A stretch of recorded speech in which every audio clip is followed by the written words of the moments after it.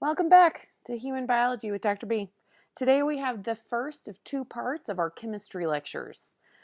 Today we're talking primarily about atoms and the molecules that we use in making of biological molecules, which we call macromolecules. So first, let's talk about atoms. Atoms are the smallest level of organization. They have three basic parts. Just like a cell, an atom has a nucleus in which the protons and the neutrons reside, and then the electrons basically circle around the external portion of the atom. Now, inside the nucleus, the protons have a positively charged positive proton. The neutrons have a neutral charge, as you can see here. And then the electrons, they are negatively charged and pulled around the nucleus by the positive charge of the protons. Now, it's the number of protons that determines what element this particular atom is. For example, helium has an atomic number of 2, which means it has 2 protons and typically 2 electrons. This is what makes it helium. Oxygen, however, has 8 protons and typically 8 electrons. This is what makes it oxygen. If you added 9 protons, it would be the next atom on the elemental table. So then we talk about electron shells. So within any atom, however big or small it is, we have the ability to know where these electrons are going to be.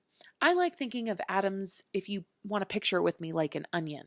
In the center, we have the nucleus, that tight, tiny ball, and then we have concentric circles in 3 dimensions all the way around that nucleus.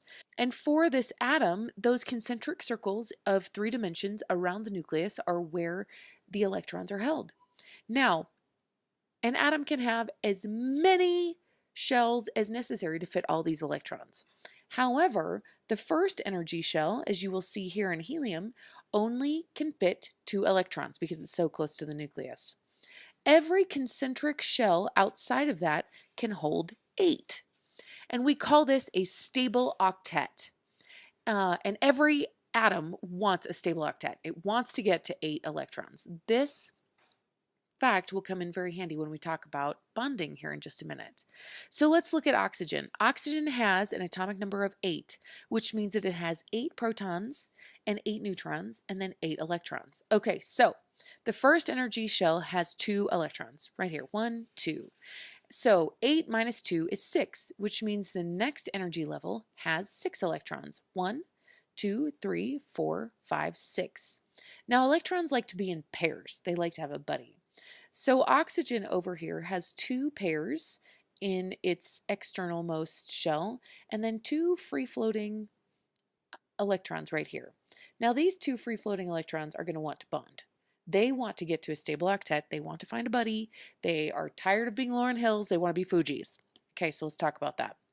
So there are 5 major elements that make up all living molecules, or molecules that are found in living things. They are the sponge elements, Sponch, sulfur, phosphorus, oxygen, nitrogen, carbon, and hydrogen. Carbon makes up the backbone for just about every living thing in the entire universe. And we see it right here. Carbon has an atomic number of 6, which means that we fill the first energy level, 1, 2, and then we have 4 electrons in the outermost shell. Now, in order to get to 8, 4 plus blank equals 8, 4 plus 4, carbon wants to form a minimum of 4 bonds. So this electron gets a buddy, this electron gets a buddy, this electron gets a buddy, and this electron gets a buddy. So we would say that carbon has a valence of 4. It has 4 electrons in its outermost shell. Oxygen, as we have just discussed, has a valence of 6 because the outermost energy shell for these electrons carries 6 electrons. And that means that oxygen wants to form at least 2 bonds so that these 2 electrons can be happy, so they can have their buddy. Now, when we're talking about elements and atoms, there are 3 major numbers, symbols, definitions that we need to be aware of. Number 1 is the atomic number. This is, as I mentioned, is the number of protons, which typically also is the number of neutrons. The atomic symbol is the abbreviation for that element. For example, C is carbon, O is oxygen, Mg is magnesium, Ca is calcium, on and on and on. And the atomic weight is the number of protons plus the number of neutrons. The electrons are moving so fast at this point that they are not counted in the weight of that particular atom. Now, here is the periodic table of elements. So let's look down here at carbon.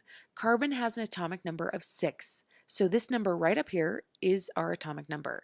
And this tells us carbon has an atomic number of 6, which you can see right here. And this tells us that carbon has 6 protons, and we would assume that it has 6 neutrons. But then we look down here at its atomic mass, and it is 12.01. So 6 plus 6 is usually only 12. So where does this 0.01 come from? Well, you may have heard of things like carbon-13, carbon-14, carbon-15 dating, which helps us understand the age of any type of fossil that we find in any archaeological dig. And basically, carbon-13, 14, 15, these are what we call isotopes of carbon because they have just a few extra neutrons in its nucleus. So if we have carbon-13, that means that that particular atom of carbon has 6 protons and then 7 neutrons, and that is an isotope. Some of these can be radioactive and give off these neutrons, we call it a radioactivity half-life, that allows us to use that data to determine how old that particular specimen is. Which brings us, so we've talked about valence, we've talked about how many electrons are in the outermost shell. 2 is the maximum amount that can go in the innermost shell, and then the outermost shells can be filled with whatever number of electrons are left based on the atomic number. So there are 3 types of bonds that use this information. We have ionic bonds, covalent bonds, and then hydrogen bonds. Hydrogen bonds are its own animal. Now, when bonding occurs, we form molecules or compounds. Molecule is a structure where electrons are shared, and it can be atoms of the same element, whereas a compound is a structure involving at least 2 different elements. So all compounds are molecules, but not all molecules are compounds. Tricky. So covalent bonds. Covalent bonds, co usually means we're going to share something. Valent, we've heard that in the valence when we talk about the number of electrons in the outermost shell. So when we say we share the electrons in the outermost shell, that basically gives us our covalent bond. This is determined to be the strongest type of bond. We have a number of different categories, if you will, of covalent bond. We can have single covalent bond where 1 pair of electrons is shared. We can have a double covalent bond where 2 pairs of electrons are shared. We can even have a triple and very rare quadruple covalent bond. Then within these types of covalent bond, we have 2 different types, nonpolar and polar. Nonpolar means that there are no poles. Polar, if you think of the polar ice caps, where does that put them? We think about the North Pole and Santa, and then the South Pole and penguins. And the reason why we call these the North and South Pole is because they are at the very edges, well, we're not flat earthers here, so they're at opposite ends of the Earth. And that's why we call them poles. Similarly, with a polar covalent bond, this is where valence electrons are shared, but unequally. So some of the electrons are pulled more towards the larger molecule. And this polar covalent bond creates a slightly positive and a slightly negative, we call it a dipole moment. And this creates the poles. One side, like picture the Earth, one on one side, one on the other. Now, here is a diagram of single, double, and triple covalent bonds. You can see here with hydrogen, if you look at the periodic table, has an atomic number of 1, which means it has 1 proton and 1 electron. 1. So, in order to have a hydrogen gas, hydrogen just pairs to itself. Voila! We fill the first energy level and we are happy.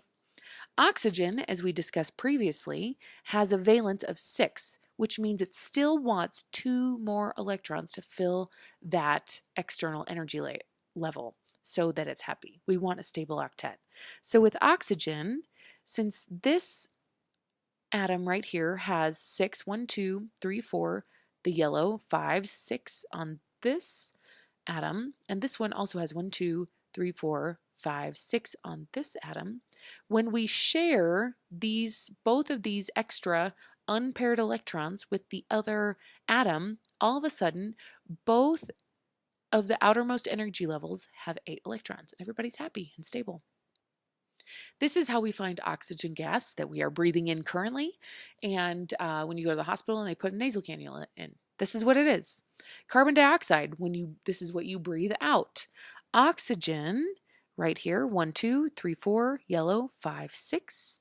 1, 2, 3, 4, 5, 6 valence electrons on each of these oxygens. And as we talked about previously, carbon's atomic number is 6, so it has 4 valence electrons. So what does this mean?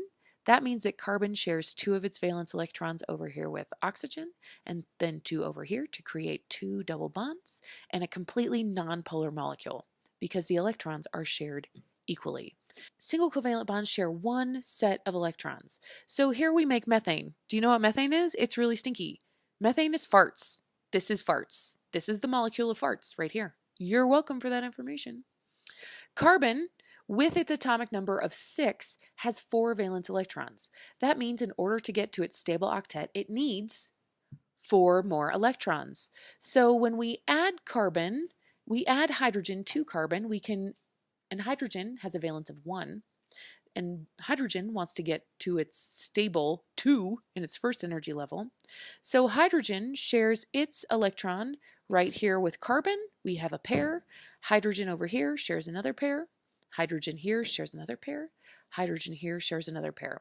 And when we have a covalent bond, basically these electrons both go around the carbon and then these 2 around the hydrogen to fill all of the outermost energy levels.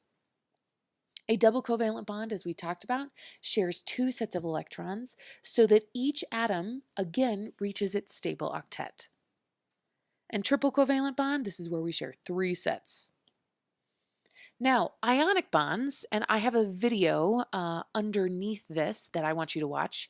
It's dogs explaining chemistry, and it's a fantastic illustration of ionic and covalent bonds. I love it so much. Plus, dogs are cute.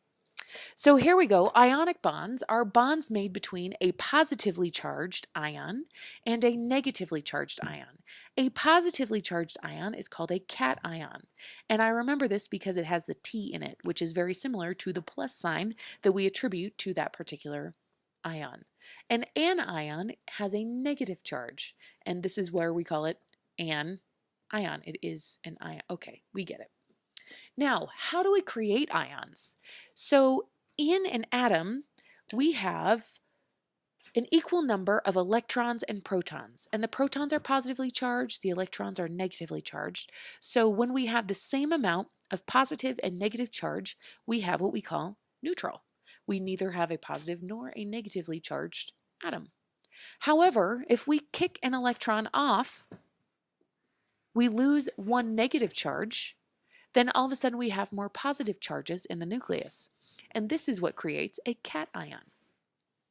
However, on the opposite end, if we gain an electron, all of a sudden we have more negative charges than we have positive charges. So then we have an anion with a negative charge. One of the best examples of ionic bonds is sodium chloride. We see sodium here with a positive charge and chloride here with a negative charge. When these two come together, they form salt, which is extremely tasty on tortilla chips with salsa. Now, how does this happen? Okay, so we've been talking about the stable octet, how we want 8 electrons in the outermost shell. So let's look at sodium. Sodium has an atomic number of 1, 2, 3, 4, 5, 6, 7, 8, 9, 10, 11. And this 11th electron just kind of hangs out by itself in the outermost shell. Chlorine has 17, an atomic number of 17, which means that in its outermost shell, it has 7 electrons. Now, everybody wants to get to 8. So what's the most reasonable way that this happens? Well, since sodium has a stable octet here in its middle energy level, it's going to kick out this electron, and it's going to join chlorine. Because chlorine, it's only one away from getting a stable octet. So it basically steals this electron. Sodium's totally fine with losing it because now sodium's cool, although it does have a slight positive charge. Chlorine now has a stable octet, but with a slight negative charge. And because of the opposite charges right here, they are attracted to each other, forming an ionic bond. Now, hydrogen bonds are attractions between slightly positive and slightly negative charges on various molecules, compounds. For example, typically hydrogen bonds form between the fun elements. The fun elements. See what I did there? Fluorine, oxygen, nitrogen. They're fun. So hydrogens, because it only has one electron, whenever hydrogen bonds with any of these three molecules, these are highly electronegative. And what does that mean? That means that these suck electrons. They suck electrons in towards them. So if these three atoms suck electrons towards them, that means they're pulling the electrons away from hydrogen. And if you pull electrons away from anything, that creates what we call a positive charge. And in this case, because it's a covalent bond, it's not an ionic bond, so it's not a fully positive charge. It's just kind of there. And we call this a polar molecule, having a slightly positive charge. And then because of the electronegativity on these particular atoms, they're pulling the electrons towards themselves, so it creates a slightly negative charge. Polar molecules occur when there is unequal charge throughout the compound or the molecule. Water is the best example of a polar molecule that we will encounter in any type of biology. So here is our water molecule. Oxygen is in red and then hydrogen is in blue. Now, one of the things you need to know about oxygen is oxygen sucks. It is super electronegative. So remember how we talked about oxygen and how its atomic number is 8, which means that it has 2 electrons in the innermost energy shell and then 6 on the outer? So when it has 6 electrons on the outermost shell, that means it already has 2 pairs. So 4 and then 2 singles. We have 2 sets of Fujis and 2 Laurel Hills that are just on their own. And these 2 electrons that are on their own, they like to bond easily with hydrogen. Hydrogen has 1 electron. So this 1 extra electron on this side and 1 extra electron on this side for hydrogen and oxygen, oxygen basically shares its electron with hydrogen, filling its most external electron shell. And this electron over here for oxygen shares with this hydrogen. Now, because oxygen sucks and is a much larger molecule, it pulls all the electrons towards itself away from hydrogen. Now, when it pulls the electrons, it creates what we call a dipole moment, a slight negative charge. However, over here on the hydrogens, it's a slight positive charge because now the proton, it does have electrons, but not really because they spend more time over here with oxygen because oxygen sucks. So what does this create? This creates a polar molecule. And the polarity, we call it the polarity of water, the polarity of water contributes to it all of these amazing characteristics that allow life to occur on, I almost said Mars. Oh my gosh, no, we live on the Earth, just so we're all clear. This is what allows for life on Earth. The polarity of water allows it to have cohesive effects, which is why I want you to try this, take a penny and very slowly drop water onto the top of it, and you'll see that the water bubbles up. Now put like some olive oil on it, and you'll notice that the olive oil just spreads out because olive oil is an oil, it's a lipid, it's non-polar, it doesn't have poles on it. So what happens is that the polarity, the slightly positive, slightly negative charge on water contributes to its ability to stick together. It also allows for a cohesive nature, which is what happens, which is why Bounty, the quicker picker upper, works so well, because the hydrogen, the slight dipole moments of water are so attracted to the cellulose, the fibers within the paper towel, that it will just wick it straight up. Kind of cool. So that brings us to talking about solutions, aqueous solutions. Any type of aqueous solution basically has its basis in water. Which means that water, as we know it, we call it the universal solvent. it can dissolve anything. I need to stop saying basically because we're about to start talking about acids and bases, and then that's an incorrect term. FYI. So water is a solvent, and then the substances that go into it are called solutes. And the result of mixing these together is what we call a solution. Now, there are some really funny memes out there saying like, oh yeah, vodka is a solution. And technically, it's not. Because a solution, the definition of a solution, is some substance mixed into a solvent.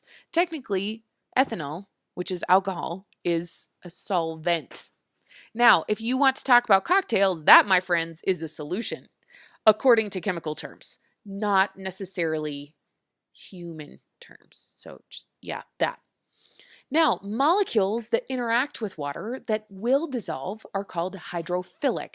Hydro, water, philic, I like it. So, molecules that like water will easily dissolve in water and create a solution. Molecules that repel water are called hydro, water, phobic. They are afraid of water. A great example of that is fats. Now this molecule right here is an example of a hydrophobic lipid. So you're like, this just looks like a squiggly line. It would look great on a pillow. But this is actually the chemical way to denote each bend in this molecule is a carbon. And when it's written out like this, you know that each carbon is filled with hydrogens. So that way, that makes it a non-polar molecule, because when carbon is surrounded by hydrogens, there's no poles. There's no slight positive, no slight negative. And then we talk about electrolytes. These are soluble, means they go into solution in water, inorganic, which means they don't have a basis in carbon, compounds that can conduct electricity. These are very important in our bodies, as we'll talk about throughout the semester. Sodium, potassium, chloride, calcium, magnesium, all of these in concentrations can be electrolytes and can conduct electricity. I have a great demo that we're going to do in lab for this. So you may ask, why is it that when we put salt or glucose or sucrose into water that we no longer see it? And I don't know if you've ever thought that much about it, but what happens is because these are, so sodium chloride, we just talked about that, that's table salt. It's made of sodium, positive, and chlorine, negatively charged. They're bound together in an ionic bond. When you put anything that is made from an ionic bond or made with an ionic bond into water, all of a sudden we have negative and positive charge, and then the polarity of water interacts with that. And it's almost like a magic trick. We call them hydration spheres, where the water molecules, so we know that the oxygen, red, has a slight negative charge. The hydrogens, blue on water, have a slight positive charge. So the hydrogens will orient around the chlorine, the negatively charged chloride ion, and the negatively charged oxygen will orient towards the positively charged sodium. And basically, all of these water molecules surround each of these ions and make it disappear, or what we call dissolve in the water. And that's how we make a solution. Now, when we talk about solutions, I would be remiss if I did not discuss acids and bases. So acids are any molecule that can donate a hydrogen ion, therefore increasing the hydrogen ion concentration, and, just to confuse you, decreases the pH. Anything with a low pH is an acid. Anything with a high pH is a base. A base, when put into solution or in a solution, removes hydrogen ions. It likes to pull them towards itself. And because it eliminates the hydrogen ions, it has a higher pH, a lower hydrogen ion concentration. Now, any strong base and any strong acid will completely dissociate. It just wants to be apart from each other. And what does this do for you? Why are we talking about this? Well, if you have a highly concentrated, this is hydrochloric acid right here, it will completely dissociate into hydrogen ions and a chloride ion. If you have this anywhere near your skin or your lab bench, or basically anywhere, this hydrogen ion right here wants an electron so badly that whenever it interacts with anything, it will just steal electrons, including from your skin, the oils on your skin, and if you leave it on there long enough, all the way through your hand. If you've ever watched Breaking Bad, you've experienced this. I'm not saying that you should go watch Breaking Bad. I'm saying that they use chemical principles in there and I'm going to end that conversation right there. A base, on the other hand, removes hydrogen ions. So sodium hydroxide is an extremely strong base, and it dissociates into sodium, positively charged, and a hydroxide ion. Now, if you'll notice, if we add one more H to this, we have water. So this hydroxide ion wants a hydrogen ion, so it can just be water. However, it will take a hydrogen ion from anything around it. Again, it will cause burns on your skin, and it can actually melt through a lot of the materials that we use for building. It's kind of amazing. And a salt, as we talked about, is anything that contains both a cation and an anion, with the exception of a hydrogen ion and a hydroxide ion. Those we refer to as acids and bases. Now, here is the pH scale. Surprisingly, stomach acid is way down here. So you know what? We're going to talk about this in future chapters. Why stomach acid, I just told you that acids, strong acids, completely dissociate in solution, and these hydrogen ions want an electron so it can be stable. So why does your stomach acid not eat all the way through your body all the time? We'll get to that when we talked about the digestive chapter. And if you want to skip ahead, I think I already have the video posted. Dun, da, da. And then over here we have oven cleaner. Which is extremely basic, which can also eat through anything. And what do you think would happen if we put a strong base and a strong acid together? This would cause what we casually refer to as an explosion. It is extremely exothermic, and we never add strong acids directly to strong bases. It causes lots of problems, and yeah. So a buffer. Now, typically you've heard of the word buffer used. I always think of my mom saying to me, I'm going to be a buffer between you girls. I have a sister. So I'm going to be a buffer between you. So what does that mean?